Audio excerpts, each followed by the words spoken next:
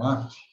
Olá, pessoal, tudo bem com vocês? Eu sou o André e é um prazer ter vocês aqui nesse momento, nos assistindo, e a você também, que está aí nos acompanhando no YouTube ou no seu podcast. Estamos começando mais uma resenha semanal do Praticadamente.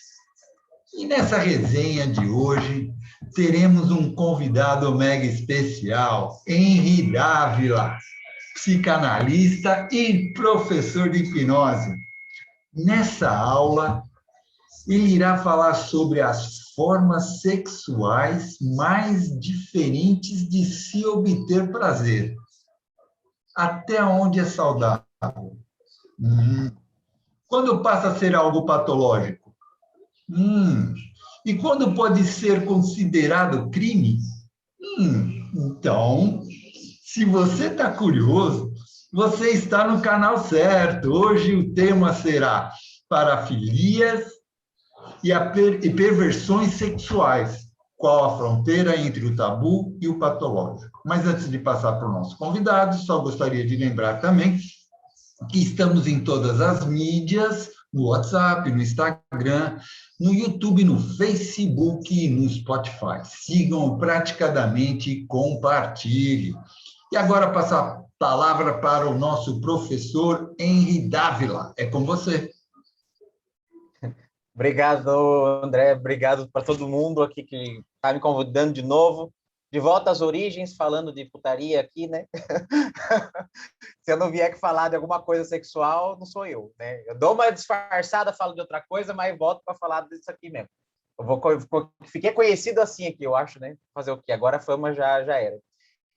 Hoje o assunto é bem legal. É legal falar desse assunto aqui do jeito que eu falo agora, porque quando eu aprendi isso na minha primeira formação de psicanálise, foi uma aula muito pesada, onde a maioria das pessoas ali na sala saíram meio tensas, saíram meio estranhas, assim, porque, né, realmente era um assunto pesado. Ainda, né, tem momentos que a gente fala, por exemplo, de pedofilia, né, com crianças e tudo mais, necrofilia, e eu vi que eu teria, sim, que passar esse conteúdo para os meus alunos, mas eu não ia passar de uma maneira pesada, não quero que ninguém saia daqui mal, igual as pessoas saíram lá da primeira vez que eu fiz aula. Então, eu vou passar da forma mais bem-humorada, que é o jeito que eu já faço mesmo, bem divertida. Eu não vou estar julgando nada aqui, tá? Mas lembrando que o lugar de dar risada, se você quiser dar risada, o lugar de dar risada é na aula. Você não vai dar risada na frente da pessoa lá na hora que você estiver tratando. Então, tudo que você tiver para dar risada do que eu vou falar, dê risada aqui comigo, que não tem nenhuma pessoa aqui querendo se tratar com isso. Na hora do vamos ver ali, e eu vou falar muitas coisas absurdas aqui, porque, tipo, a aula em si, ela é curta. Só que eu coloquei várias parafilias aqui como curiosidade, porque as mais comuns eu já vou falar aqui para vocês, para caso vocês peguem isso no setting terapêutico, vocês não se choquem na hora. Porque imagina você tá lá com aquela cara de paisagem de terapeuta, e aí a pessoa fala que faz tal, por exemplo, que ela transa com a parede. Aí você, né, tem que segurar a cara, porque se você fizer assim, ela já vai interpretar como julgamento e daí já era. Então, eu vou falar algumas curiosidades aqui e explicar, no geral, tudo como funciona essas parafilias aqui para vocês. Então, boa noite, bom dia, boa tarde para quem está no YouTube, né? Não sei que hora que você está vendo isso. Então, boa tarde, boa noite, bom dia. Posso compartilhar aqui já a tela? Posso, né? Por favor. Deixa eu achar aqui, cadê minhas coisas? Antes de você começar, Henri, eu só fazer uma perguntinha. Pode fazer. Na realidade, esse tema, ele ainda é um tema um pouco assim obscuro, vamos lá dizer, dentro da área da terapia, da hipnoterapia, ou já é uma coisa assim que você acha que já está mais aberta? Não, o pessoal fala muito pouco disso. Na verdade, é um tabu realmente, né? Vocês já viram as outras aulas que eu dei, que era de sexo de uma maneira muito mais simples, e ainda assim era tabu, dá para sentir, né, que as pessoas ficam encabuladas quando falam disso ainda, né? Talvez como a maioria aqui já trabalha com terapia e tudo mais, aqui o pessoal é um pouco mais aberto. Mas, no geral, se você começar a falar desse assunto, o pessoal fica com vergonha, fica tímido, fica acanhado. E esse aqui é um adendo maior ainda, então, porque aqui a gente vai falar de coisas que ninguém fala, né? Que ninguém toca no assunto, e muitas vezes, se alguém faz alguma dessas coisas aqui, ela jamais vai contar para ninguém. Então, é o tabu do tabu. É muito ainda obscuro, sim, na terapia. Muitos terapeutas nem gostam de estudar essa área, que eu acho uma lástima, porque eles estão perdendo, né? Caso a encontre, eles vão ficar sem ter como ajudar a pessoa. Então, sim, muito obscuro ainda, o pessoal não fala sobre isso. E, ó, sinceramente, eu nunca vi nem palestras sobre o assunto, muito populares assim, antes de eu começar a estudar psicanálise. Então, é só mesmo para quem está bem envolvido com essa área aí de sexualidade que vai acabar caindo nesses temas assim. Legal. Certo? Vamos lá, então, gente. Deixa eu ver se está pegando aqui. Tá. Parafilias, então, né? A fronteira entre o tabu e o patológico. Primeiro, o que é a palavra, né? Parafilia aqui. Então, tem aí para vocês. Eu coloquei, como sempre, no slide, eu coloquei tudo escrito. Quase a maioria eu coloquei escrito aqui, para que na hora que vocês peguem esse material lá no grupo, vocês consigam se lembrar, tá? Por isso que eu não coloquei só a imagem. Então, vem do grego para, né? Vocês já devem ter visto falar de paranormal, né? Aquelas pessoas que estudam fantasma, né? Então, o para, ele é um desordenado anormal, é uma coisa que não está funcionando bem, é uma desorganização no que era para ser. Então, a gente interpreta o para como essa definição assim. E o filos, que é, né, de filia, é amante, afinidade, atraído por. Uma maneira bem simples, deixa eu só arrumar aqui. Uma maneira bem simples de vocês considerarem de vocês entenderem a parafilia é entender que ela é uma fobia ao contrário. Por que ela é uma fobia ao contrário? Porque na fobia você tem aversão, né? Você não gosta nem de chegar perto, você chega perto, você desmaia, né? Daquela coisa. A parafilia é um extremo oposto, porque é um prazer em ter aquela coisa por perto. É um prazer com aquilo lá. Então, se quiser resumir bem fácil o que é parafilia, é só pensar na fobia ao contrário. Em vez de sentir aversão, eu sinto prazer, certo? Só que é um prazer no sentido sexual, ok? Aqui é tudo sexual, tudo. Não é igual nos outros casos que isso aqui não. Aqui é praticamente tudo. Se alguma coisa não for aqui, eu vou explicar, tá? Então, a primeira coisa aqui, antes de eu ler isso tudo aqui, eu já vou explicar para vocês a diferença de fetiche. Deixa eu voltar aqui para vocês não lerem. A diferença de fetiche para parafilia. Alguém sabe aí? Alguém já quer dizer? Alguém que saiba aí, para eu só complementar depois? Alguém sabe a diferença de fetiche para parafilia? Fetiche vocês já ouviram falar, né? O que é fetiche? Falem, gente, participem. O que é fetiche? É para falar mesmo? É para falar? Oxi. Fala aí, rapidinho. Oh, meu Deus, peraí, deixa eu só arrumar aqui o negócio. Aí. Alguém fala aí. É um desejo que você tem, né? De satisfação, de se satisfazer de alguma forma. Mas e a parafilia? E ela seria o quê, então? Se é diferente as duas coisas. Porque a Pois é, né? parafilia também é um desejo. Sim, Então, mas ó, o pode falar. fetiche, o fetiche acho que não tem aquele desejo. Quer dizer, em comparação com parafilia, o que eu entendo é que aparentemente, parafilia, você tem um desejo de alguma coisa que não seja humano, talvez, né? Não, não, não. Mas foi Não? um bom chute. Foi um bom chute. A diferença é que no fetiche, você só tem uma excitação maior com alguma coisa. Vamos supor que eu tenho fetiche com garrafas de água. Então, quer dizer que eu consigo ter prazer sexual das maneiras tradicionais. Só que na hora que boto uma garrafa de água na jogada, eu fico com muito mais desejo, com muito mais atração. É isso que é fetiche. Fetiche é quando você só coloca aquela coisa ali no meio da farofa, você gosta muito mais. Mas você gosta da farofa do mesmo jeito. Tá? Então, é uma coisa que amplifica normalmente o tesão, digamos, da pessoa, seja homem ou mulher, porém não é uma necessidade. Ele consegue fazer sexo, por exemplo, sem aquilo. Ele consegue ter prazer, mas quando coloca, fica muito mais. Agora, na parafilia, a pessoa depende daquilo. Se não tem, nesse caso, a garrafa de água, ela não consegue transar, não sai, não faz. Ela não quer fazer. É ou aquilo ou é nada.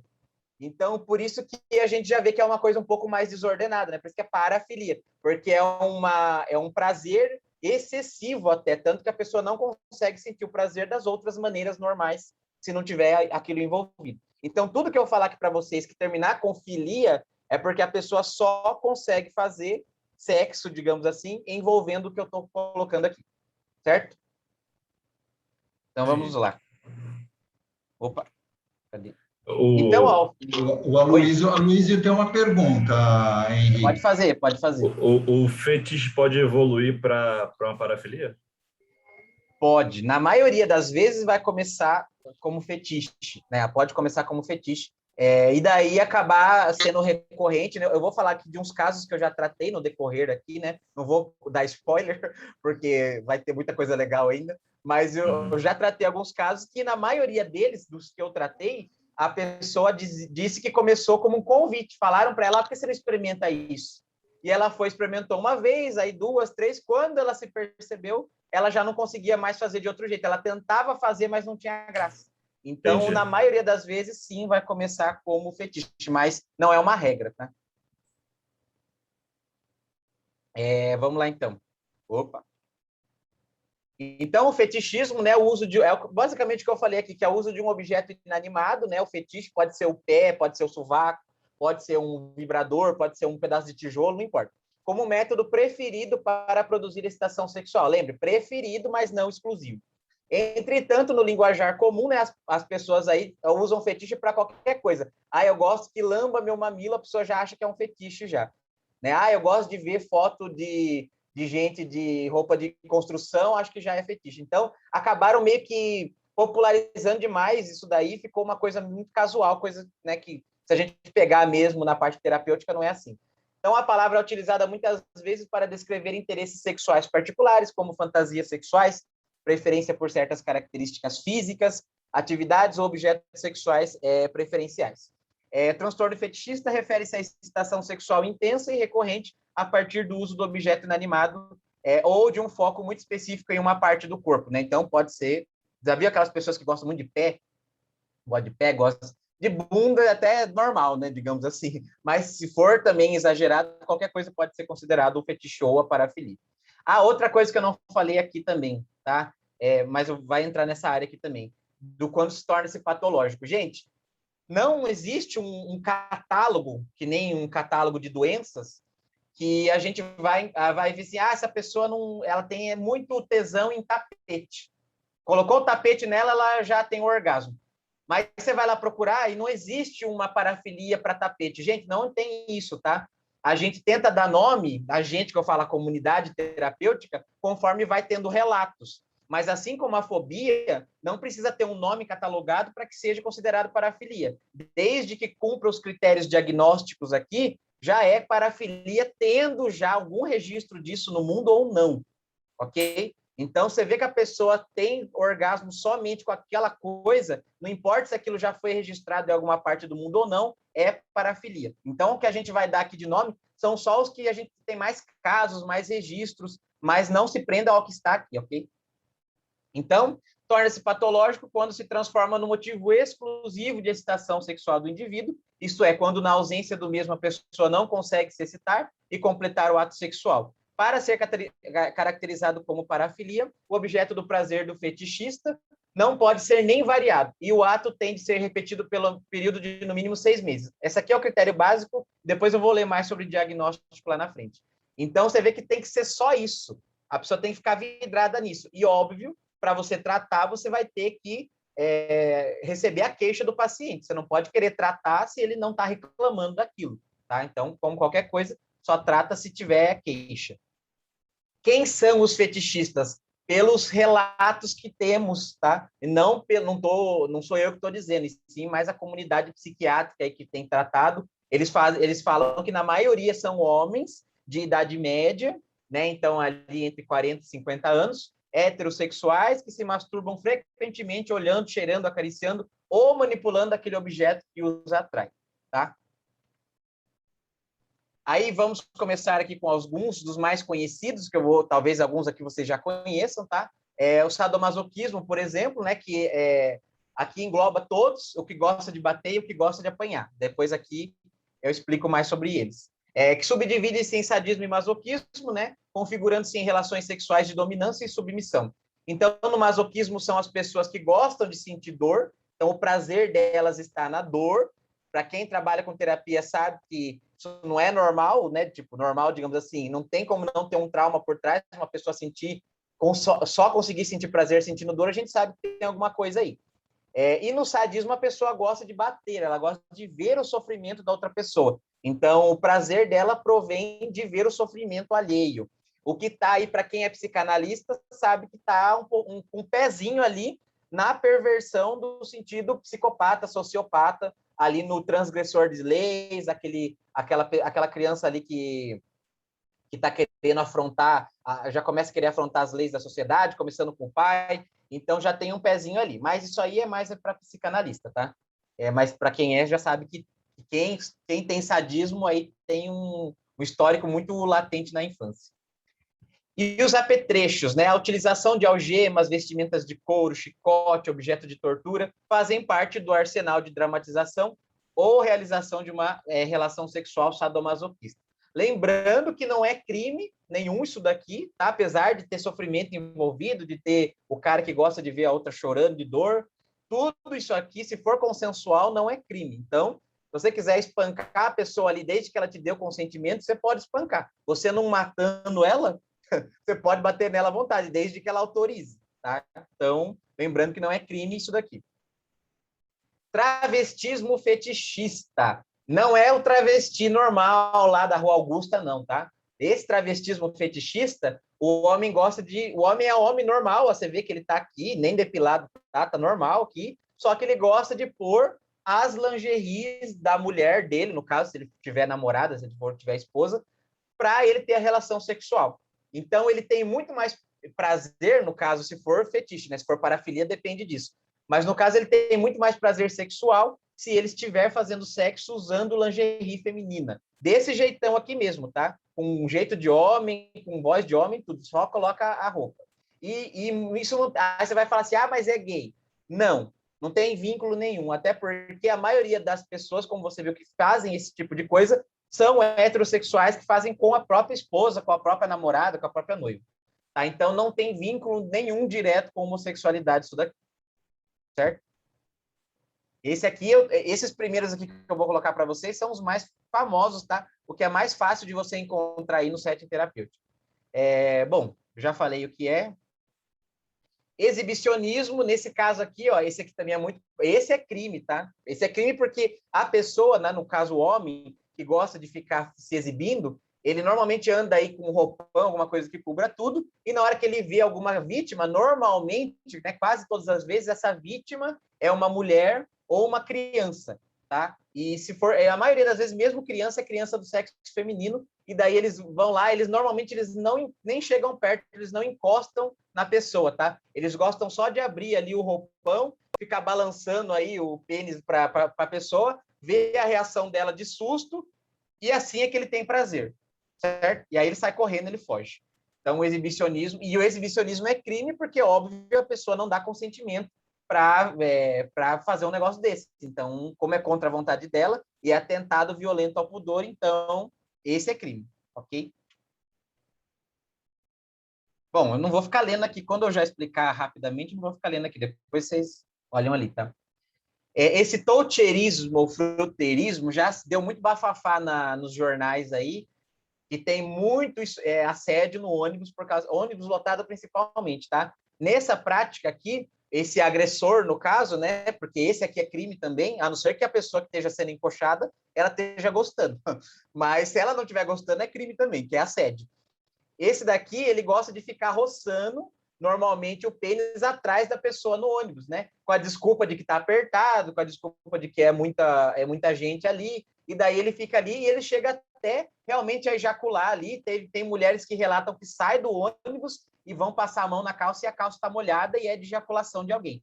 Então, eles obtêm o prazer dessa maneira que muitas vezes eles pegam vários dias assim e os dias que estão mais lotados, né, o transporte público, e ficam indo lá só para fazer isso, sem intenção de ir para destino algum, só para ficar assediando, né, normalmente as mulheres.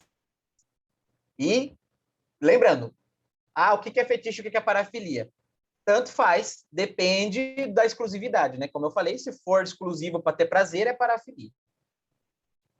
Depois a gente entra nos outros critérios diagnósticos. Bom, né, não vou ler. O voyeurismo, esse aqui é famosíssimo também, né? Que é a pessoa que gosta de ficar olhando aí as outras pessoas transando.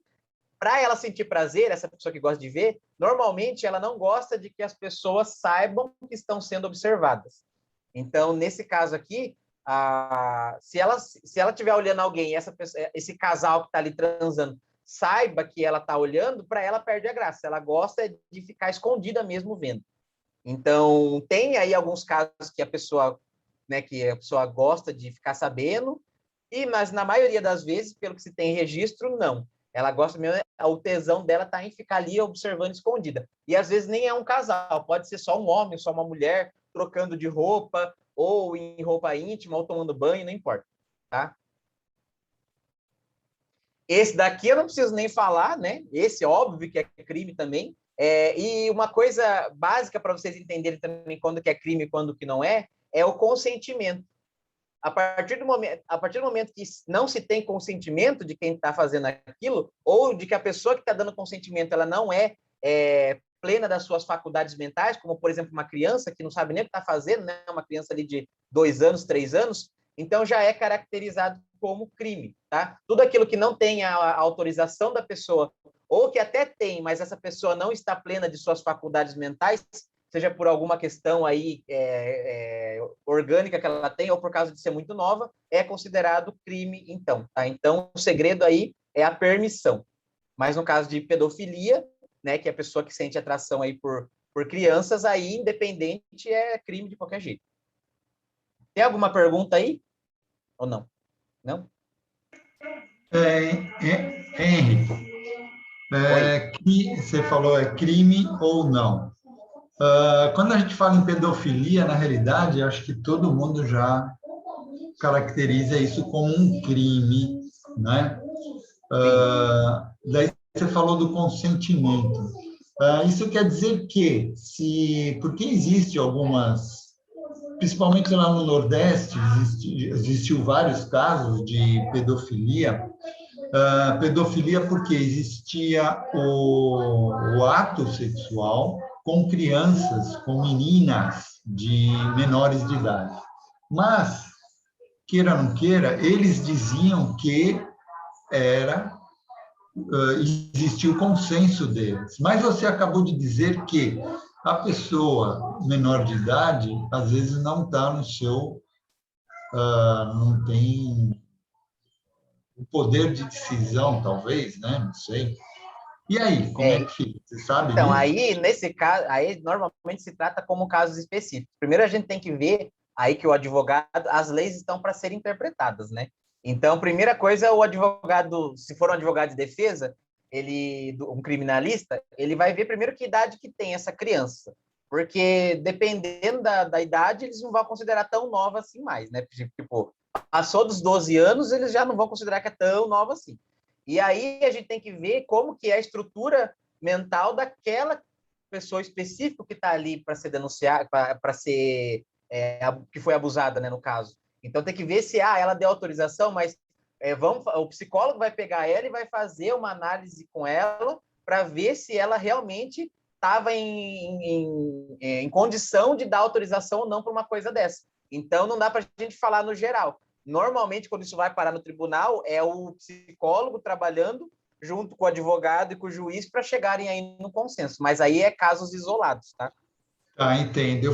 Na realidade, eu faço essa pergunta, Henri, porque, queira ou não queira, se você tiver um caso, eu, na realidade, nunca tive caso disso, mas tiver um caso em que a pessoa venha e fala que já teve esse tipo de relação, e ela, por ela mesma, ela vira e fala que foi com consenso da adolescente, entendeu? Aí a gente fica naquela, e aí? Porque, ah, vamos lá, falar que se você, eticamente, às vezes você tem que denunciar quando acontece alguma coisa assim, né? Então, aí fica meio difícil, porque você não vai Então, investigar, né? eticamente, você tem que denunciar se houver um perigo, tipo, se você tiver, na verdade, você tem que conversar, continuar conversando com a pessoa, ver até onde, se ela só fez no passado, se ela não quer fazer mais, se ela está buscando ajuda. Você tem que investigar primeiro tudo isso. Aí, se você vê que ela fez no passado, ela quer fazer de novo e ela vai fazer no futuro, e você já falou com ela e ela vai fazer ainda do mesmo jeito, aí é uma questão, né, até de éticas, você falar se você quiser. Mas mesmo assim você pode não falar. Porque caso a pessoa, às vezes, ó, tem gente que tem louco para tudo. Às vezes a pessoa ela não fez nada, ela está inventando, ela está mentindo. Às vezes a pessoa que ela está falando nem existe, ela só está vendo se você é confiável. Já aconteceu muitas vezes isso. Então, você tem que ter muita certeza de que aquela pessoa está falando a verdade, que ela vai fazer isso mesmo, que a vida de alguém corre perigo, né? A integridade de uma criança corre perigo, para você ir lá e denunciar. Então, denunciar é o último do último, do último, do último, do último caso. Normalmente você vai tentar ajudar aquela pessoa o máximo possível e evitar que ela faça isso e evitar que, se ela fez no passado e ela não quer fazer mais, o nosso trabalho é não julgar e ajudar. Mas agora, se ela fez no passado, faz no presente, vai fazer no futuro, aí se a gente tem certeza, aí a gente pode denunciar. Na verdade, denunciar, assim, é o mais indicado até antes a gente conversar, se possível, com os envolvidos ali, né, que são pais, no caso, pai ou um irmão, para ver se eles podem fazer alguma coisa, normalmente para deixar essas pessoas denunciarem, não você também. Porque se você denunciar, a polícia vai ficar aí, no caso, no seu pé e o seu escritório vai ter que, ou no sua clínica, no caso, vai ter que abrir as portas para a polícia, elas vão ter que verificar tudo que você fez já. Ixi, daí vai virar um rolo. Então, dá muito trabalho esse negócio de denunciar. Por isso que a gente tem que evitar ao máximo e se concentrar mais em ajudar a pessoa sem julgamento. Se você perceber que você não consegue tratar uma pessoa que abusou ou abusa de criança porque aquilo fere muito a sua moral, então, eticamente, você também não pode negar atendimento para essa pessoa, mas você indica para alguém que não tem essa moral assim que nem você tem. Você passa para outro. Mas denunciar em último caso, tá? Ok, tá certo, Certo? obrigado. A Marcinha estava falando aqui que abaixo de 14 anos é incapaz de dar consentimento legalmente, né? Então. É que aí, se o advogado for bom, ele vai interpretar isso daí também, né? Então, então a gente sempre fala que é no geral, né? Mas muito vai depender da criança específica ali também. A necrofilia também é muito famosa, né? Nem vou ler, não preciso, né? A pessoa que gosta de transar com gente morta. Aí tem vários tipos, tá? Tem aquele tipo de necrófilo que ele gosta de cadáver fresco. Então, a gente que acabou de morrer. Então, várias aqui que eu vou falar para vocês tem subcategorias, tá? No caso da necrofilia, então, tem a pessoa que gosta daquela que acabou de morrer, tá fresquinha ali ainda, tá quase que quente. E tem o necrófilo que gosta de decomposição, quando está com aquele cheiro forte mesmo. Ela espera a pessoa ficar ali uma semana apodrecendo lá embaixo da terra, ela desenterra e daí ela faz a relação sexual lá. E tem também a terceira subcategoria de necrófilo, que eles gostam de transar só com algumas partes específicas do cadáver. Então, ele pode decepar a cabeça do cadáver e fazer só o sexo com a cabeça do cadáver, né? Colocando pênis na boca do cadáver e tudo mais. Então, tem as partes do a cara do André. Eu falei para vocês que vocês forem se chocar, vocês se chocam aqui agora. Eu já falei disso várias vezes, então, né, nem ligo mais. Mas então, tem as três categorias. Quando vocês forem lembrar de necrofilia, lembrem dessas três. Então, a pessoa que gosta do morto fresco, do presunto fresco, a pessoa que gosta do presunto em decomposição e a pessoa que gosta só de alguns pedaços do presunto, certo? Oi, posso falar? Pode falar. Então, eu nunca havia pego. Tem um caso agora essa semana aí. Também não sei porque foi online com a pessoa. Até hoje eu conversei com ela, ela está na igreja. Um caso assim bastante grave, sabe? Um pedófilo. O pai estuprou o filho de 3 anos, deu fissura anal, né? Inclusive, Hoje a criança está com 6 anos, faz 3 anos, ela fugiu, saiu de São Paulo, só que a mãe é desembargadora, é advogada, e o cara não está sendo punido, entendeu? E ela anda assim, ela está em pânico. Veio para cá, ela trabalha de enfermeira, e ele conseguiu na justiça, porque a mulher é desembargadora, concessão para ver o filho. Agora você veja, né? Não foi condenado, nada. Parece que ele toma lá uma medicação lá para diminuir a libido, mas é um cara assim que aí depois ele se juntou com uma outra mulher e parece que abusou de um menino e mais duas meninas, sendo que a maior é de 12 anos, o cara é pedófilo mesmo, né? Mas como ele tem a proteção da mãe, né, que é desembargadora e não sei mais o que, ela sempre dá um jeitinho. Então é complicado, e a mulher está praticamente em pânico. Eu estou tratando ela online, não conheci pessoalmente ainda, mas uma situação assim bem difícil, sabe? Aí óbvio, é ruim, né? Que a gente sabe que é crime mesmo, né? No caso, os envolvidos aí também sabem, mas não tem o que fazer porque ele está com a costa quente. E é uma sensação de impotência que dá, né? Possivelmente. Exatamente. A mulher diz que a criança, tu imagina, uma criança de 3 anos, o próprio pai estuprou, o ânus dele diz que teve que até quase fazer cirurgia, agora está com 6 anos, né? E ele disse que ele vai vir um dia de noite roubar. Então a criança diz que acorda de noite, em gritos, em berro, e o mesmo acontece com a mãe, cara. Assim, ó, nunca peguei um caso assim, já peguei casos de abuso, estupro, irmão, pai, padrinho, avô, mas disso eu nunca havia pego ainda não, cara. Então, assim, eu tô mais na fase para orientar ela. Hoje eu falei com ela, ela disse que ia para a igreja que ela estava precisando.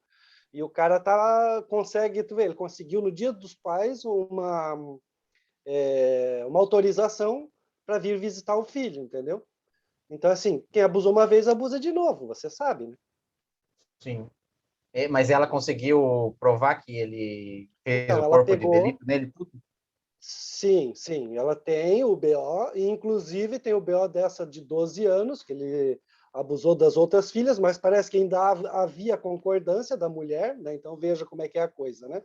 De um menino e mais duas meninas. Essa de 12 anos, a tia foi lá, foi na delegacia, fez BO, inclusive, e aí ela tem cópia desses BO. Mas só que o que adianta, né? O cara vai lá, a mãe é desembargadora, pega a autorização e vem, né?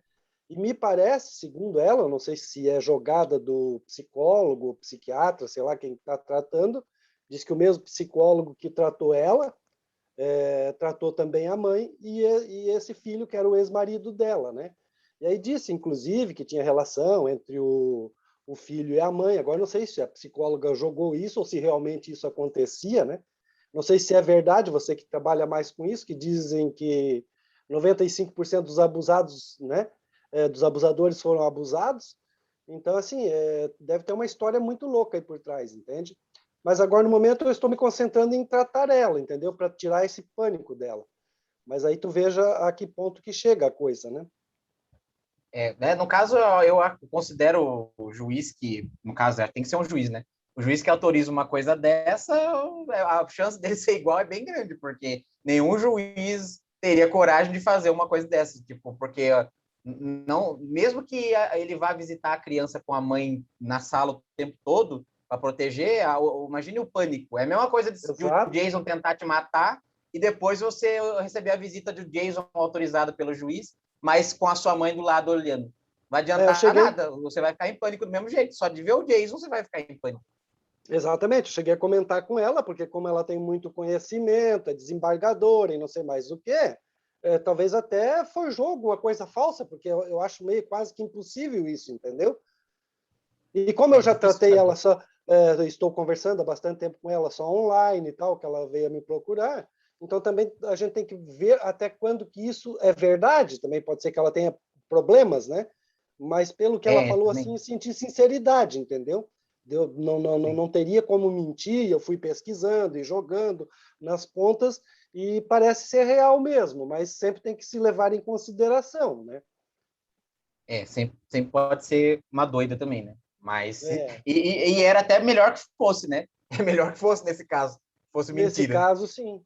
Nesse caso, sim, né? Porque imagina essa criança, mas pelo que ela falou, acredito que não, porque ela disse que a criança acorda gritando, berrando de noite, ela também. Imagina, o cara ainda além de tudo isso fica ameaçando que vai vir de noite, que vai roubar o apartamento, que vai roubar a criança, né? Imagina o trauma dessa mulher, isso aí não endireita nunca mais, né, cara? Depois você conta o resto para nós. Espero que seja louca. Ai, vamos lá. Não sei. Mas tá. Então, assim, como você falou, isso é pedofilia, é crime. Mas impune, né? Sim. Lógico. Então, como eu falei, sempre falo, as leis estão aí para serem interpretadas. Então, é crime no geral. Mas dependendo do advogado, se for bom, né, consegue fazer qualquer coisa. Aqui. Opa, já passou? Eita, nós. Gangbang. Quem conhece isso? Esse aqui, na aula presencial, é incrível, porque a cara das pessoas é muito engraçado, porque o pessoal consome, né? É normal o pessoal consumir pornografia. E aí, esse aqui é um dos mais consumidos, né? Se você entrar no site de adulto lá, esse tipo de pesquisa aqui é o que mais tem visualização. E aí eu pensei, é um site que é um tipo de uma das práticas que mais tem visualização, não tem ninguém aqui na sala que conhece, eu duvido. E aí o pessoal sempre fica assim, mais lógico, se a indústria pornô fosse depender de quem assume para ganhar dinheiro, eles estavam tudo falidos, né? Então, gangbang, gente, tem que ter uma moça aqui com vários homens, já dá para você ter uma noção. Óbvio que eu não posso colocar a foto de verdade aqui, né? Até porque vai para o YouTube também. Mas nesse caso aqui do gangbang, né, é uma modalidade de sexo grupal, onde, né, está aqui, ó, praticado com uma pessoa que dá o ânus ou a vagina, se for mulher, pode dar os dois, se for homem, só vai poder dar um, ou ambos simultaneamente para vários homens numa mesma sala ao mesmo tempo.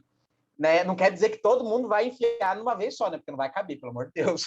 Mas assim, normalmente ela pode dar os dois ao mesmo tempo, então vai dar o ânus, vai dar a vagina ao mesmo tempo, ou então eles vão fazer uma fila, tipo uma fila indiana, dependendo se eles não tiverem a masculinidade frágil, eles vão fazer uma fila e vão ficar penetrando ela até um enjoar. E um enjoa da vez para o outro, da vez para o outro, da vez para o outro, até que todo mundo já tenha aí feito a farra na mulher.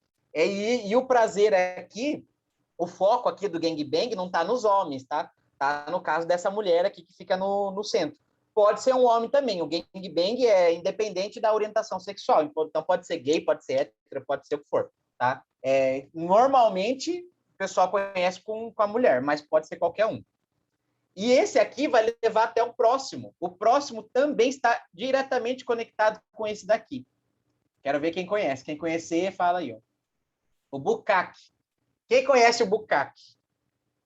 Eu acho que é bukkake que fala, não sei se estou falando certo. Eita, nós. Alguém conhece o bukkake? O bukkake é ótimo. Pela fotinha. Vocês não definem o que é? A Barbie com o leite na cara, assim? Vocês não sabem? Vocês não fazem ideia do que seja? Ai, meu Deus do céu. Eu não presto. Não. Será que o bukkake... bukkake? O bukkake é o final do gangbang.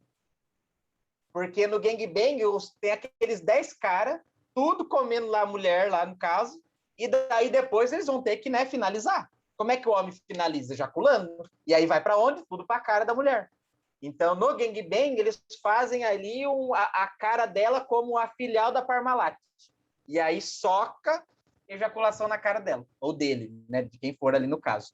E o caso que eu falei que eu ia contar para vocês que eu atendi é que a mulher que eu atendia, ela começou fazendo gangbang, não gostou do gangbang, mas ela gostou do bukkake. E aí virou um problema para ela, por isso que ela estava querendo se tratar comigo. Porque ela queria só o bukkake, ela não queria o gangbang, ela não queria aquele monte de cara penetrando nela, aquilo dava desespero nela. Mas ela adorava ver aquele monte de homem se masturbando na frente dela, ela sentia uma rainha do sexo nessa hora. E aí ela tinha muito problema, porque ela virou parafilia, né? Ela só conseguia gozar desse jeito, só conseguia ter orgasmo desse jeito, porém, não é fácil, né? Principalmente na pandemia também. Como é que você vai armar um negócio com 10 caras e ainda você não vai fazer nada com os 10 caras? Você vai deixar eles lá, míngua, e você só quer saber do final. Então, não estava muito fácil dela conseguir. Quando ela viu que estava dando prejuízo pessoal para ela, aí ela foi buscar ajuda. Que é quando a gente entra para ajudar, é quando a pessoa pede ajuda. Ela ficou 1 ano fazendo essa prática normal, só foi por causa da pandemia, que ficou difícil marcar esses encontros assim, é que ela foi buscar ajuda. mas ela ficou um ano tendo orgasmo só com o bucaque. Certo? Entenderam? A Alguma... Marcinha, sim, a É, Marcinha, ela perguntou, não. Ela, quando você falou do bucaque e está explicando aqui que é a ejaculação, na é. maior parte dos casos, né? Ela falou aí de urinar também, é buquê? Não, esse daí é o Golden Shower. Ou Aí é outra bucaque. coisa. O bucaque é só leite mesmo. Só sêmen, tá? Aí a cara da... Normalmente, quando termina, a cara da mulher não dá nem pra você ver quem que é, porque tá tudo branco assim mesmo. Ah, Vai ficar ah, toda branca. Ah, é engraçado. Você não dá nunca mais pra você assistir pornô depois dessas aulas. A zoofilia também, não preciso nem falar, né? É óbvio que tem que colocar aqui, que é muito comum, principalmente em lugares do interior, assim, sertão, que o pessoal transa com cabra. Eu já tive um cara que ele, lógico, agora ele não fazia mais, mas quando ele morava na roça, ele era mais jovem, ele fazia com galinha. Imagina? Ele abusava das galinhas. E aí ele falava que hoje em dia ele nem imagina fazendo um absurdo desse, mas que na época os outros homens lá eles ensinavam os filhos a treinar com galinha antes de ir com a mulher. Era um absurdo, né? Mas enfim. Então, óbvio aqui, com cavalo, com porco, com qualquer animal que seja considerado zoofilia, e também é crime, porque obviamente que o bicho não vai te dar autorização, né? E a Sociedade Protetora dos Animais está aí. Então, é óbvio que é crime. A lactofilia, óbvio que eu não vou colocar a foto também, né? Mas é o prazer em observar ou sugar leite saindo dos seios. Então, é bem para aquela mulher que está na fase ali de amamentação. O homem gosta de ficar vendo alguém sugando ali, pode até sentir prazer em ver o bebê sugando, mas não se preocupe que o bebê não tem nada a ver com a história. Ele só gosta de ver o seio mesmo ali. E ele gosta, às vezes, ele mesmo de sugar e sentir o leite na boca dele. Então, o prazer dele é na lactância da parceira. Tá? Mas tem que ser normalmente é com mulher, tá? Se for na teta da vaca, daí é zoofilia misturado com lactofilia. É lógico que as parafilias podem se cruzar entre elas. Nesse caso aqui, se uma pessoa só tem prazer sexual com o leite na teta, mas não é na mulher, é na vaca, vai ser lactofilia com zoofilia, tá? Mas não é o caso aqui. Aqui é só lactofilia.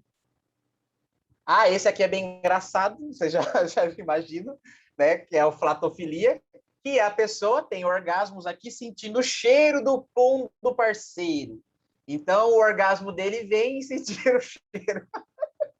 Ai, meu Deus do céu, muito engraçado. Sentir o cheiro da flatulência do companheiro ou da companheira. Então, eles não se preocupam em fazer o sexo em si. Eles só querem sentir o cheiro, enquanto eles sentem o cheiro, eles se masturbam e acabam chegando no orgasmo. Tá? Se for o homem é com a mulher, se for a mulher com o homem, se for gay, se for lésbico, enfim, vocês entenderam. Não tem muito segredo, é isso. Gosta de sentir o cheiro do pum do parceiro e o cheiro é que faz ele sentir o orgasmo. Tá? Sem penetração, sem chupar, sem nada. Só sentir o cheiro do pumzinho lá. Dúvida sobre o pum?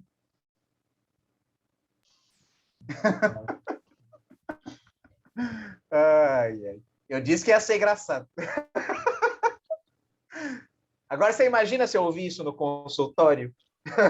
Imagina você, pensa assim, olha, o meu problema é que eu só consigo sentir orgasmo se eu cheirar o pum da minha namorada. Só assim. eu acho, não sei se as pessoas chegam a esse ponto de falar, não? Será? Se tiver muito incômodo e ela sentir segurança no terapeuta, ela fala assim. Porque os registros que a gente tem são por causa de vários relatos de caso. Então, tem pessoas que falam. É difícil, lógico, né? Mas tem gente que fala assim. É muito fácil, né? Falar uma coisa dessa, admitir uma coisa dessa, né? Sim, Só deve morrer de vergonha. eu Se só tem imagino. vergonha de soltar em público, imagine e deixar escapar que ela gosta de transar com a flatulência da pessoa. Então, para essa pessoa aqui, o Lufital tinha que vender no sex shop, não é? Porque... Quem está querendo falar aí? Não, acho Alguma que dúvida? Não? Então vamos para o próximo. Opa. Ah, tá. Lembrando que esse daqui, da flatofilia, não é só para o cheiro também, tá? O barulho, às vezes, ajuda também. Então, às vezes, ele tem as pessoas aqui que gostam do silencioso imortal e tem a pessoa que gosta daquele metralhadora. Tem pessoas que o barulho vai ser mais importante, mais atrativo do que o cheiro, e tem pessoas que o cheiro, e tem pessoas que os dois. Então, não é como eu falei, tem aquelas submodalidades. Então, além de ser uma flatofilia, se você for psicoterapeuta, você vai ter que adentrar um pouco mais na coisa, mas é no barulho ou é no cheiro? Ou é nos dois?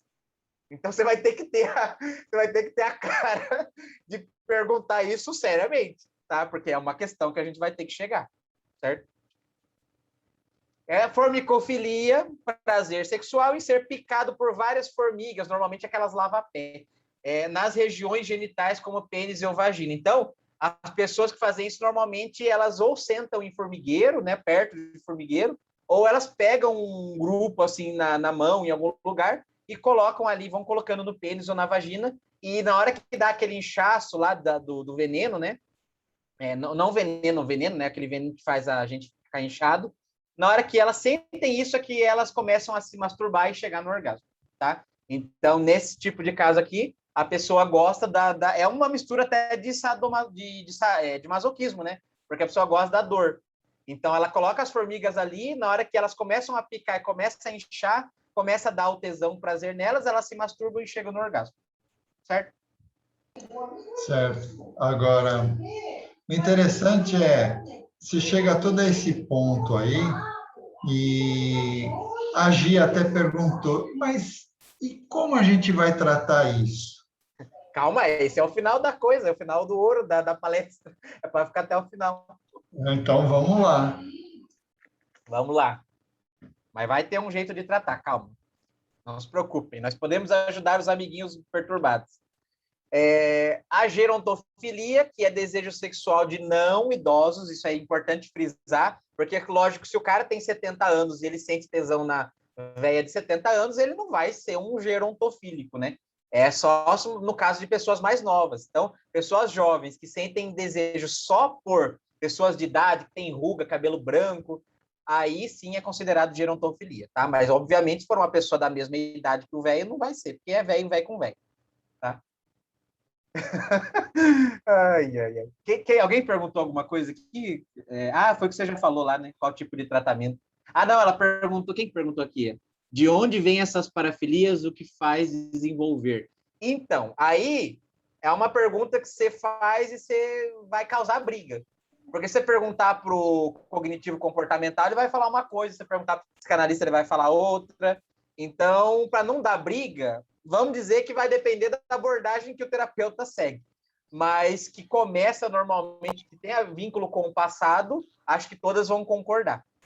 Mas aí, agora, exatamente o que é muito particular e vai muito da abordagem que cada um segue, tá? Eu já dei aula aqui sobre, já falei da psicanálise e tudo mais, eu falei que eu não sou o cara que acha que a psicanálise é a rainha de tudo, sabe tudo, mas lógico que quando você escolhe uma abordagem, você vai defender ela, né? Então, eu acredito no que a psicanálise fala sobre isso, até porque quem começou a estudar perversão sexual foi Freud. Então, ele que começou com isso, que começou a estudar. Até que na época dele, por causa do preconceito, a própria homossexualidade era considerada uma perversão sexual. Depois, mais para frente, óbvio, ela foi tirada.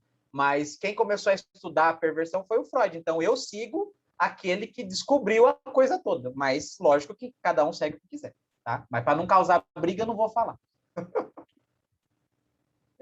Vamos lá, então. O bondage. Opa, esse aqui não. Não entrego ouro ainda. Bondage, que é a prática de BDSM lá, né? É a prática onde a excitação vem amarrar e mobilizar o parceiro. Nesse caso aqui, a pessoa pode sim até fazer um sexo com ela depois de amarrar, mas não precisa, tá? Ela pode só amarrar a pessoa e enquanto faz isso, enquanto vê a pessoa amarrada, ela se masturba e chega no orgasmo. Mas ela pode amarrar e completar o ato. Porém, para ser considerado, então, né, a parafilia, a pessoa teria que estar amarrada né, independente da coisa, para fazer o ato sexual. Então, estar amarrada é inegociável. Agora, o que ela vai fazer depois de amarrada, aí é particular de cada um, certo?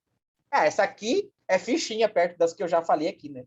Essa aqui é... Você começa a ver essas aqui que você achava, ou começa a ser coisa suave, depois que você vê cada coisa aqui. Anadentefilia. Quem gosta de pessoa banguela. Aí, eu falei isso na sala uma vez, aí o aluno falou assim, mas deve ser porque da hora do sexo oral ela não machuca, porque não tem dente, aí fica igual uma carpa, né? Chupando assim. Eu falei, olha, eu não sei se é por aí, porque no caso nem tá dizendo aqui que tem que ser com sexo oral, só tá dizendo que a pessoa sem dente provoca um desejo absurdo na pessoa, né? Se for parafilia, se a pessoa tiver dente, ela nem quer chegar perto da pessoa, só quer a pessoa banguelinha, tá? Aí, normalmente, vai ter um crossover, né, de parafilia, porque, normalmente, quem não tem dente é idoso. Então, se a pessoa tiver a anadentefilia com a gerontofilia, vai ser aquele crossover de novo de parafilias, que é a pessoa que gosta de velho e gosta de pessoa sem dente. Só banguela, tá? Mas essa aqui é fofinha, né?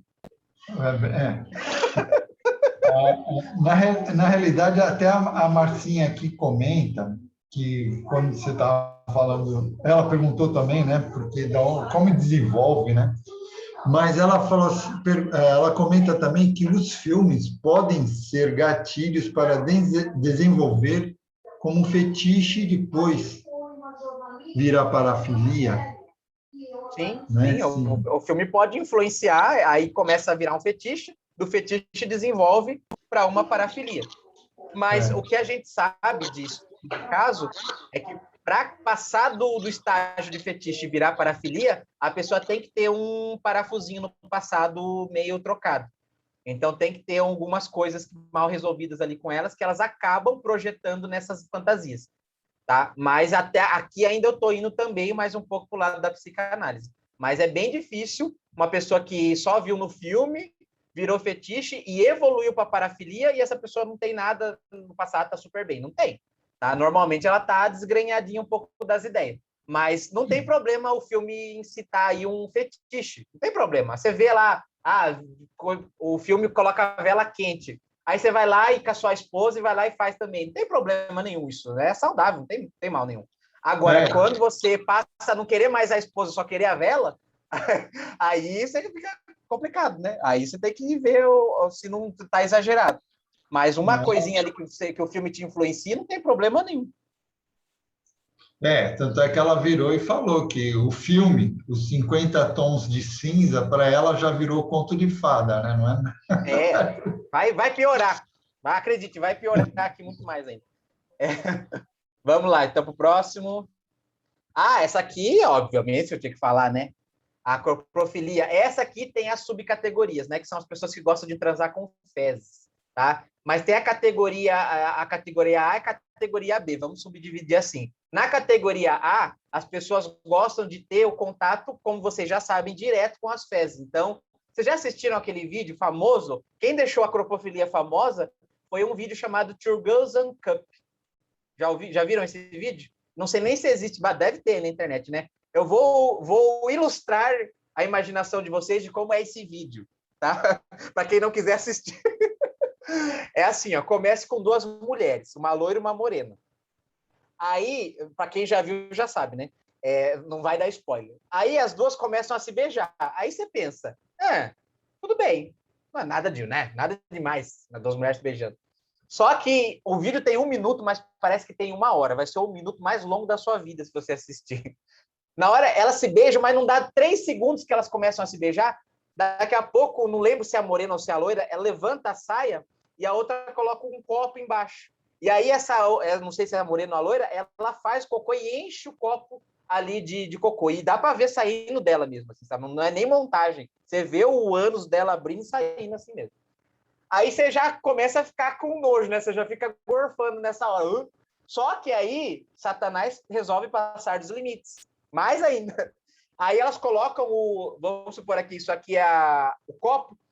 Uma fica aqui, e onde vocês estão aí, e a outra fica aqui, e elas começam a lamber assim o copo com cocô, como se fosse um copo de sorvete. Aí você pensa, agora não tem como piorar. Tem como piorar. Porque aí elas deixam o copo de lado uma dá uma mordida num punhado de cocô e elas começam a se beijar, passando o cocô de uma boca para outra.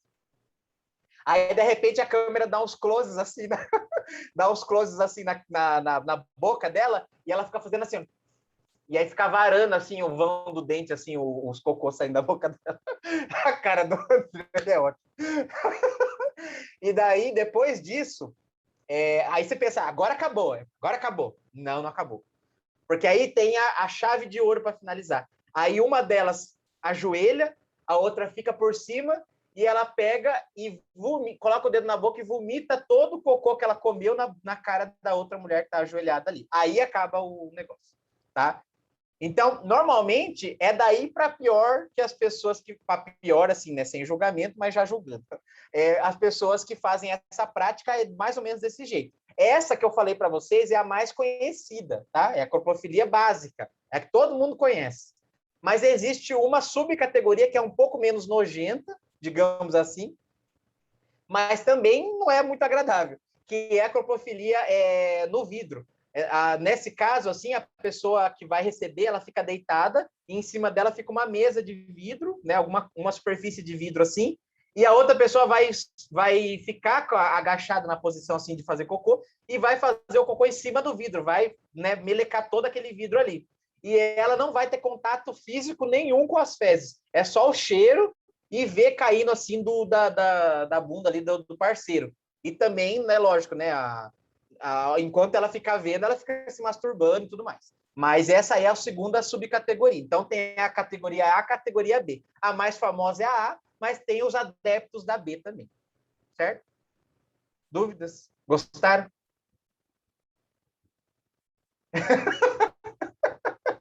Não gostaram? Não foi legal? Então vamos para o próximo. Ainda um pouco nojento, né? Emetofilia, não é quem tem prazer no Emerson, não, tá? Emetofilia é o prazer sexual em comer ou envolver o vômito durante o sexo. Então, essas pessoas, elas também, né? Ali você viu que na que eu contei, do Two Girls One Cup, elas envolveram duas parafilias. De novo, teve crossover, porque teve a emetofilia com a cropofilia, porque ela comeu o cocô e depois vomitou o cocô comido na cara da outra pessoa. Você nunca assista aquele vídeo comendo sorvete de chocolate, você nunca mais vai comer sorvete de chocolate na vida. Nesse caso aqui é só o vômito, tá? Então pode ser o vômito durante, pode ser só na hora do orgasmo, pode ser que ela se banhe de vômito para depois fazer o ato, mas o vômito tem que estar na parada, tá? Não tem um momento específico, mas tem que estar. Alguém tem alguma dúvida? Já terminou as nojeiras ou vai ter mais ainda?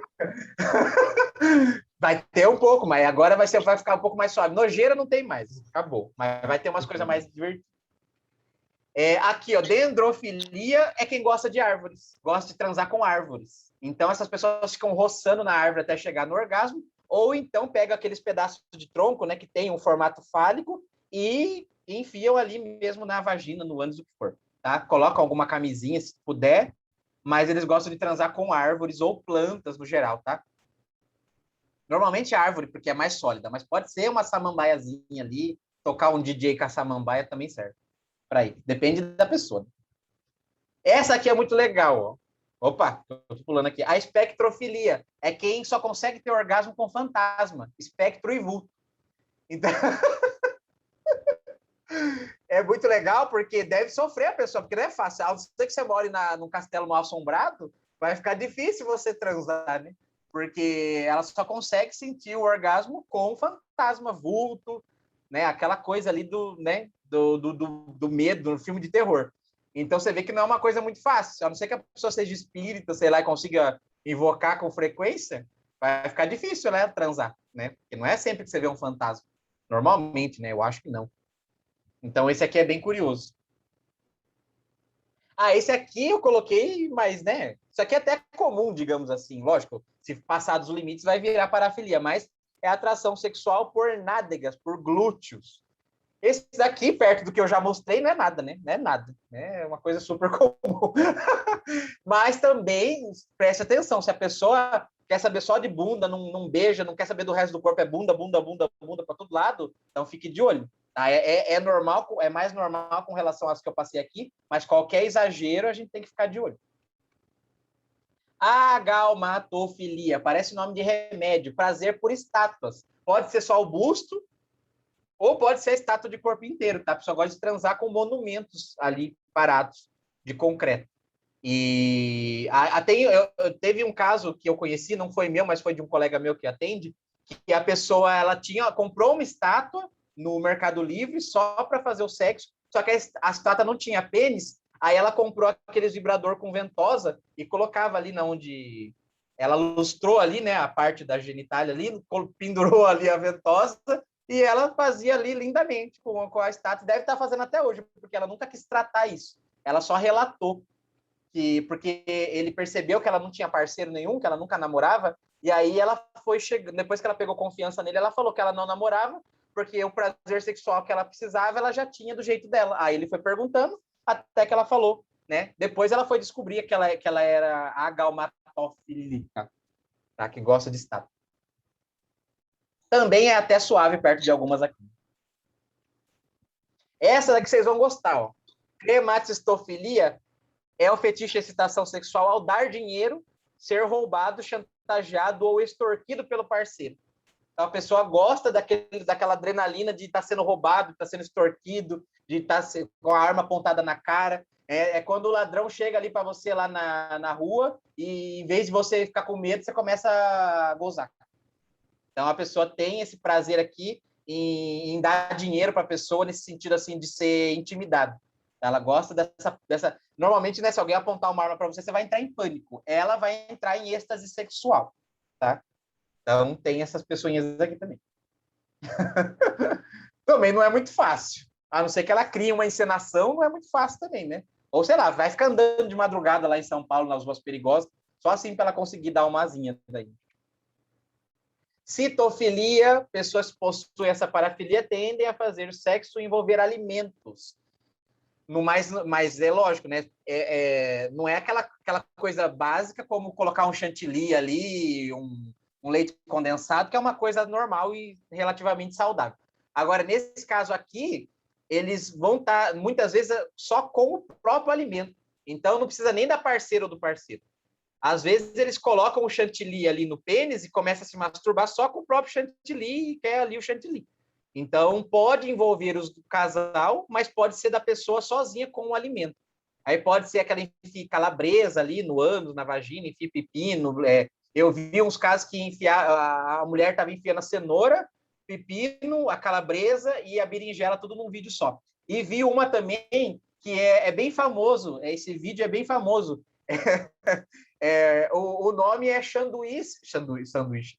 É sanduíche de buce, que é sanduíche de chavasca. Como que ela faz? É bem legal o vídeo, é bem educativo.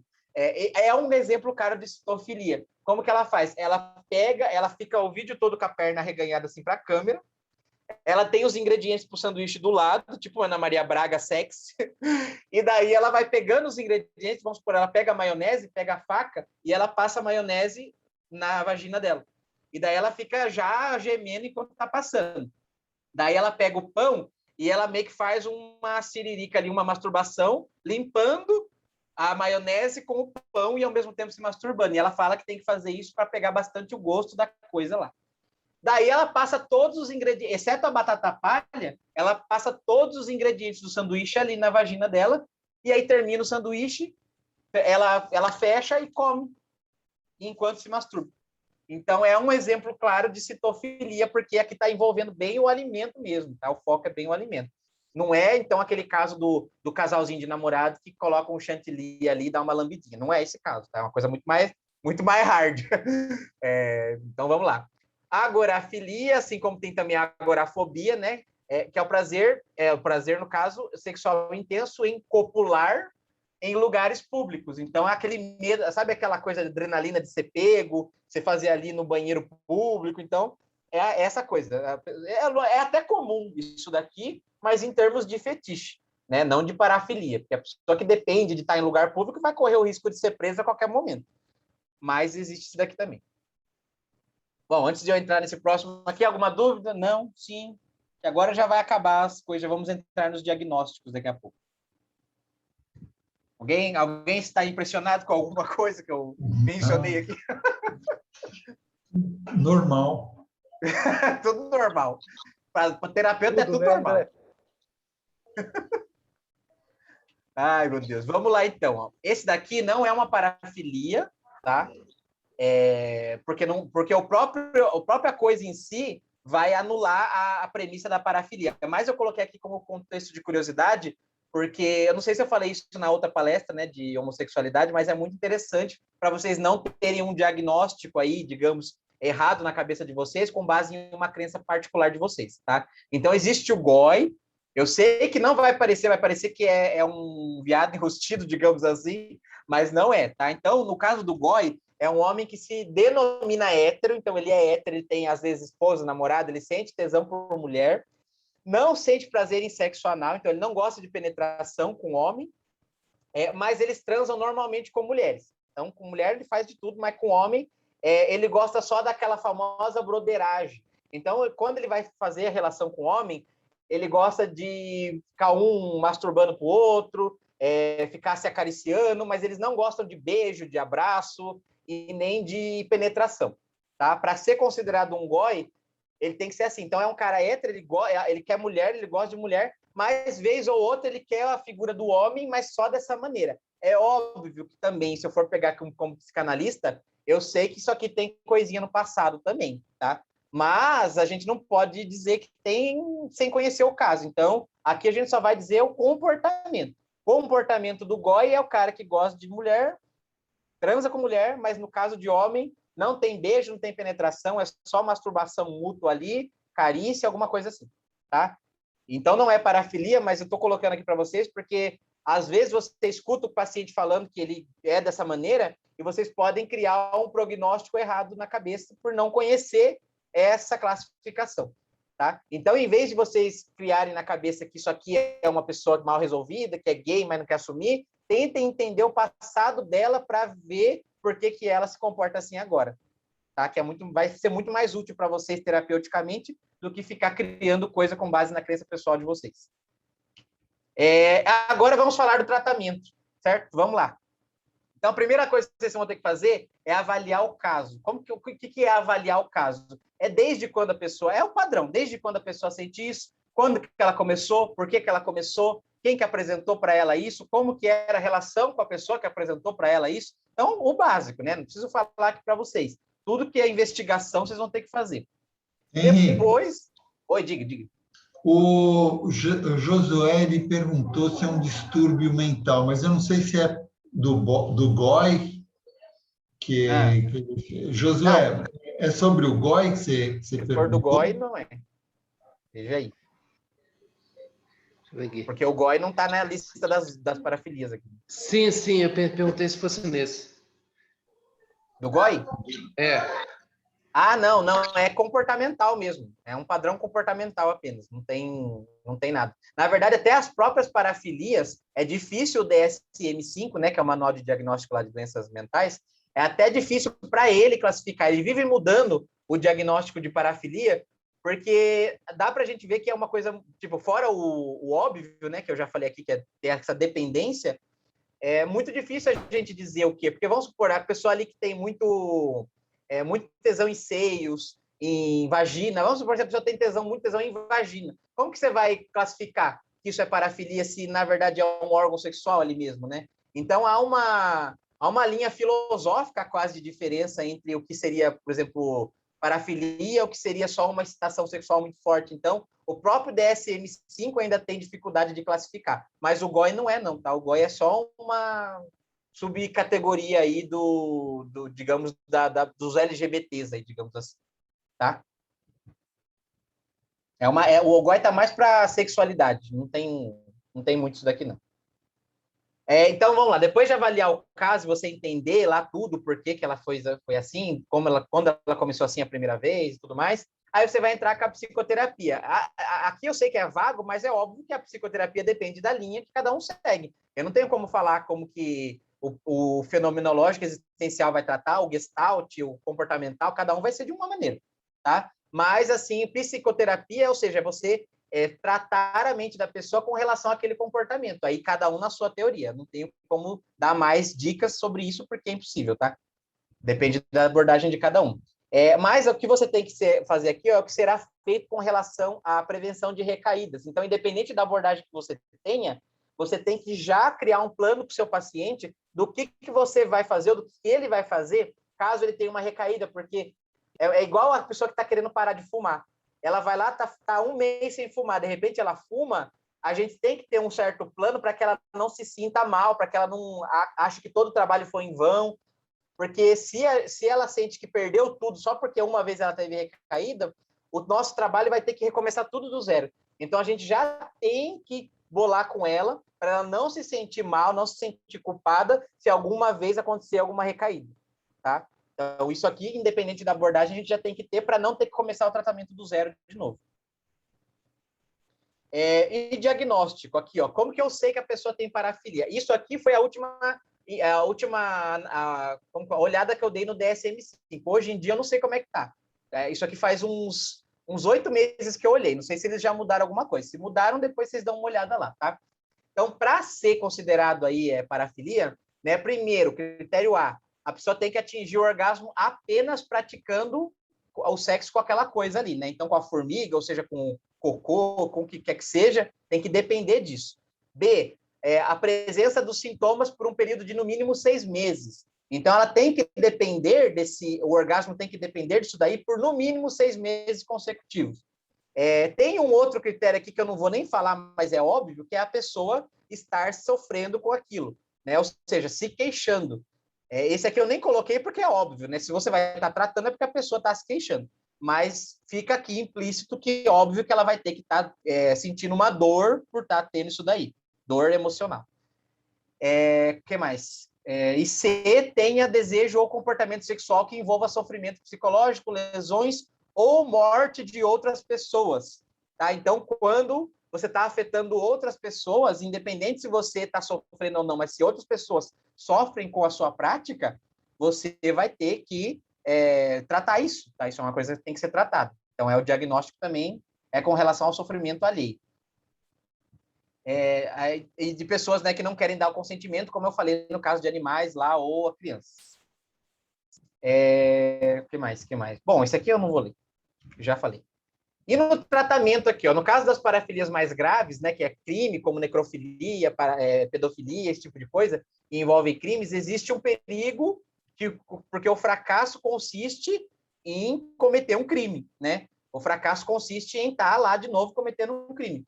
Então, o tratamento deverá ser iniciado assim que o agressor se queixe da sua prática sexual. Porém, se você sabe que aquela pessoa está fazendo, como eu falei, alguma prática que você acha muito imoral, que você não consegue tratar, nem pegue, nem tente, tá? Já passe direto para outra pessoa. Se você acha que se ela tiver uma recaída, você vai lá ir para casa se sentindo culpado, porque graças a você que não conseguiu ajudar a pessoa, aquela criança foi abusada, então nem pegue o caso. Só pegue o caso se você tiver certeza que você vai saber lidar, até caso a pessoa tenha uma recaída e cometa esse crime de novo, tá?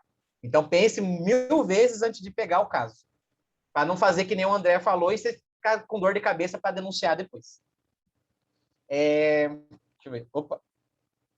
Avaliação, né? A avaliação do comportamento sexual deverá ser feita através das entrevistas, né, que eu falei, questionários apropriados. No caso de parafilias, a chance de haver psicopatia ou sociopatia, prestem atenção nessa parte importante, tende a ser grande, já que, por exemplo, a psicanálise, o psicopata e o sociopata, ele nasce naquela coisa de querer transgredir a lei do pai. Na hora que o pai vai lá e quer botar o menino no lugar dele, e ele fica com ódio do pai e quer matar o pai e tomar o lugar dele na casa, é nessa hora que nasce, digamos, o monstro.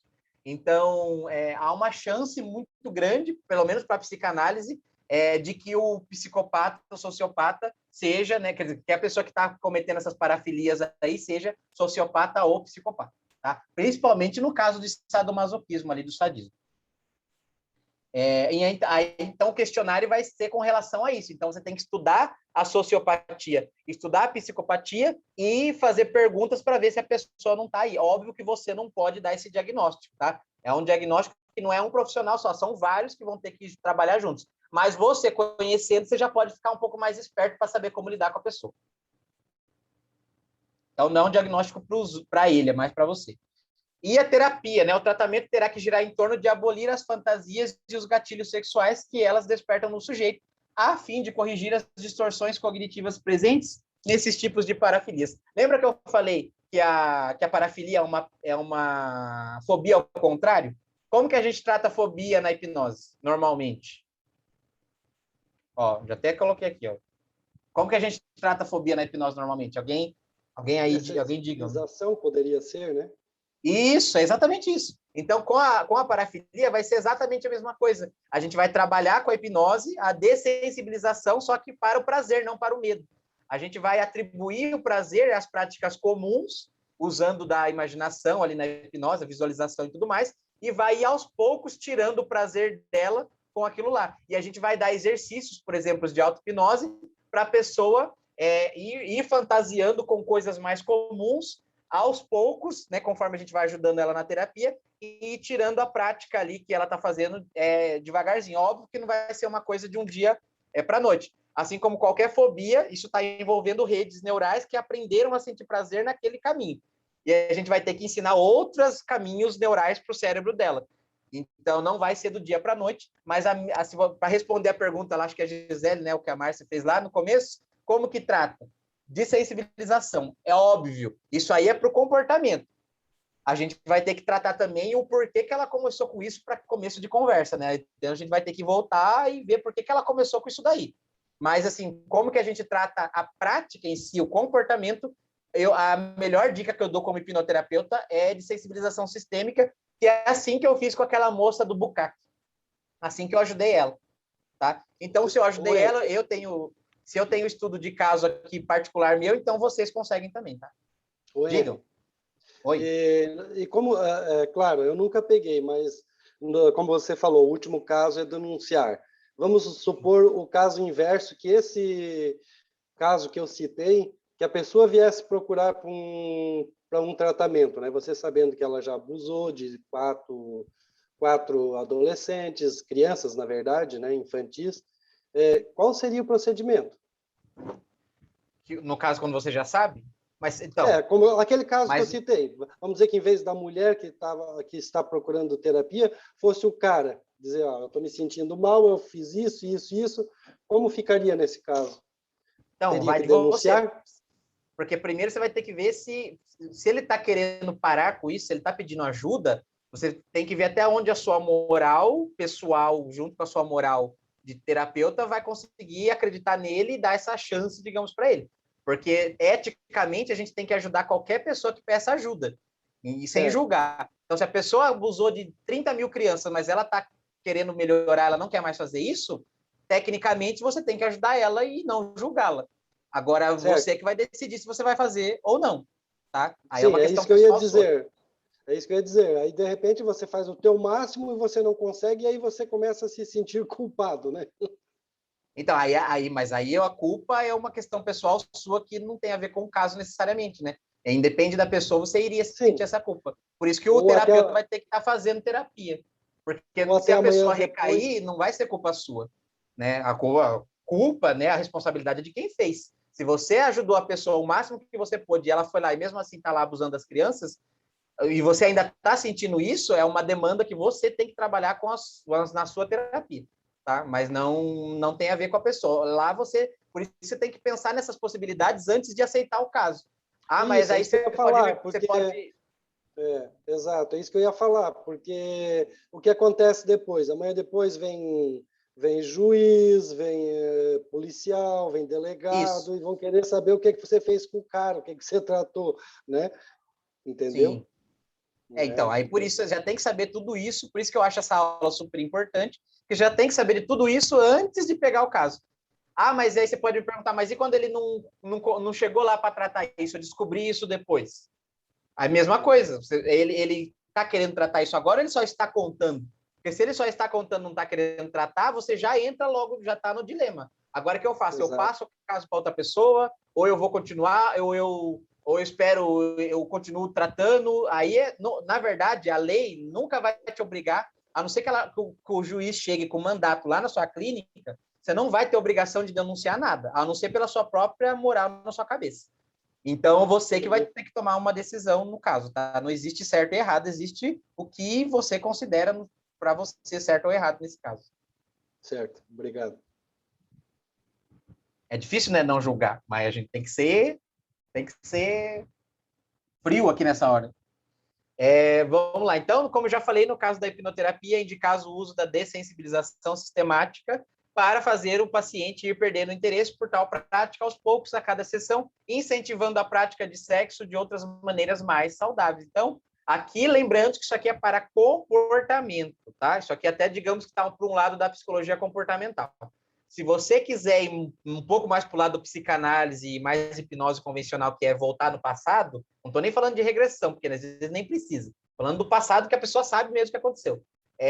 Você vai ter que ir para a psicoterapia mesmo, ir lá investigar o que aconteceu, por que ela fez aquilo a primeira vez, como estava a cabeça dela naquela época, porque às vezes o problema não tem nada a ver com o sexo em si. O sexo foi só uma válvula de escape para algo que já estava em mau funcionamento na cabeça dela lá atrás. Por isso que nem sempre a dessensibilização vai resolver o caso, ela vai resolver o comportamento, mas isso não quer dizer que resolveu o caso, certo? Então, é isso daí. Prevenção. O paciente que sofre de alguma parafilia que seja considerada também um crime, deverá ser acompanhado por um profissional qualificado e deverá manter-se em consulta recorrente até o término do tratamento que o profissional considere conveniente. Então, se você for decidir por pegar o cara que também comete crime, tente convencer ele, se é que ele já não está passando, a trabalhar junto com, por exemplo, um psiquiatra também, ou um neurologista, sei lá quem que acompanha o caso dele. Porque, no caso vá dar ruim e a polícia chegue no caso, você vai ter o outro médico para te ajudar. Tá? O médico vai ali mostrar que vocês estavam trabalhando juntos, tentando ajudar ele, e acabou não dando certo, ele fez de novo, enfim. Mas, pelo menos, você tem aí quase que uma testemunha aí a seu favor.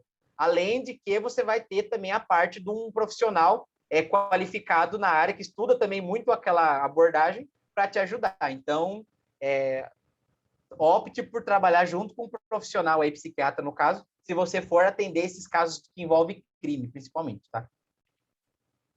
Bom, acabei, gente. É isso. Dúvidas? Dúvidas? A Marcinha perguntou, Henrique,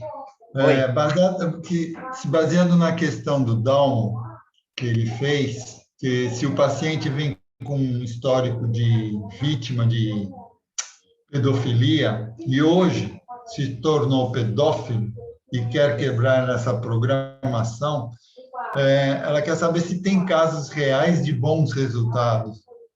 Tem bastante, porque existe muito isso mesmo, né, de pessoas que elas, a própria PNL fala, apesar da PNL ser um pouco de, né, muita coisa de ser pseudociência, mas a PNL fala que aquilo, cada um faz o melhor de acordo com o que teve, né, de acordo com o que aprendeu. E é bem isso mesmo, tipo, se ele foi abusado na infância, ele só conhece isso. Ele até sabe que é crime, mas na cabeça dele, ele pensa que não, porque ele foi ensinado assim, todo mundo ensinou ele assim. Então, quando ele passa por terapia, ele vê que ele precisa de ajuda e ele pede ajuda, ele faz o que o terapeuta está pedindo, ele consegue se livrar, tem sim excelentes resultados. Né? Lógico, a gente tem registro de casos que a gente consegue ajudar, mas tem que ver se ele começou por causa disso. Se o pedófilo, por exemplo, ele é um psicopata, você não tem o que fazer.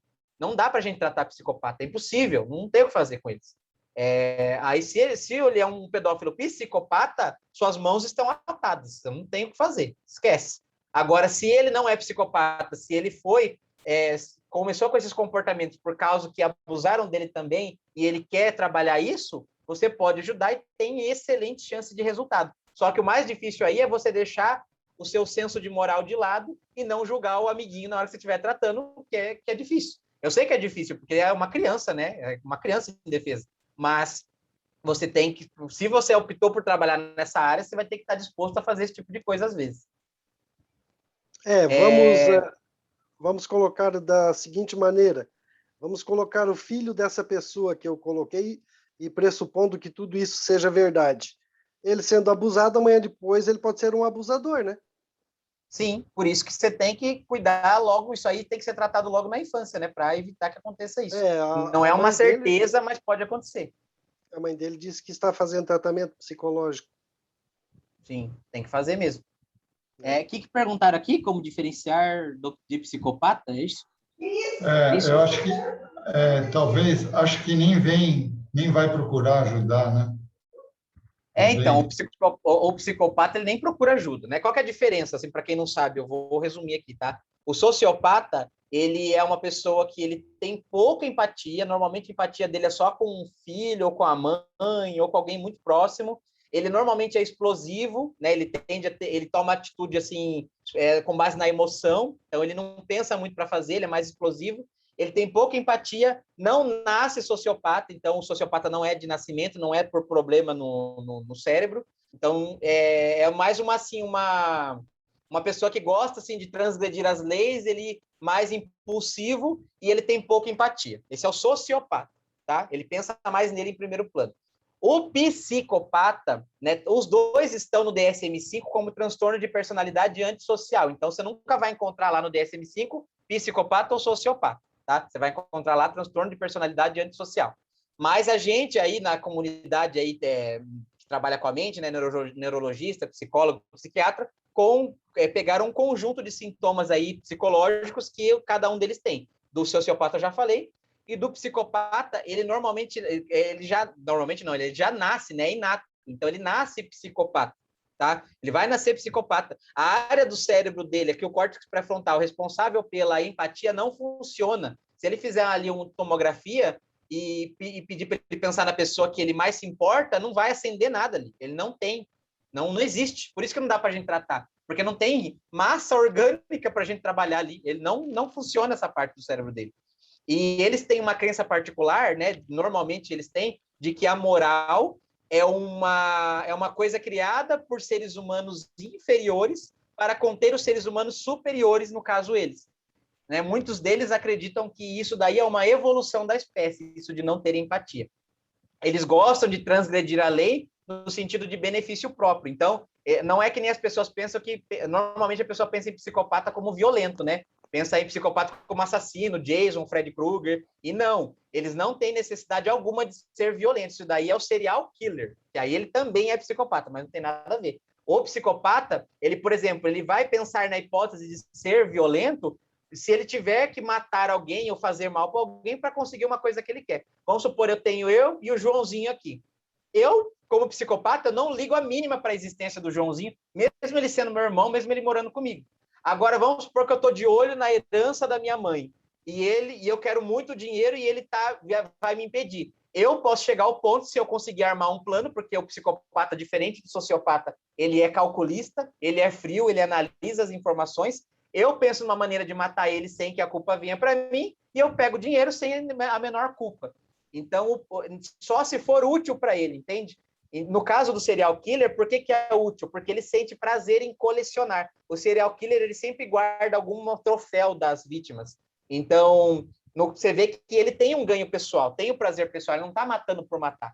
Então, psicopata não tem empatia, nasce psicopata, é o cérebro que não funciona bem ali, e ele só é violento se aquilo for útil para ele, tá? Ou muitas vezes ele nem precisa matar, ele manda alguém matar, se ele quiser.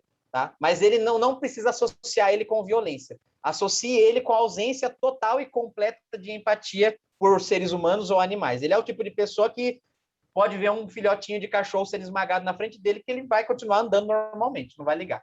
Tá? Então, você tem que procurar esses sintomas no seu paciente para você ter aí a noção mais ou menos de que ele é psicopata. Tá?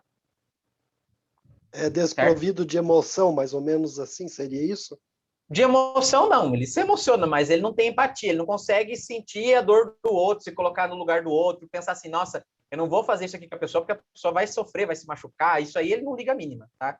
Então ele tem emoção. Muita gente fala assim, ele não tem superego, né? No caso da psicanálise, que superego é a moral, né? É o senso de certo e errado.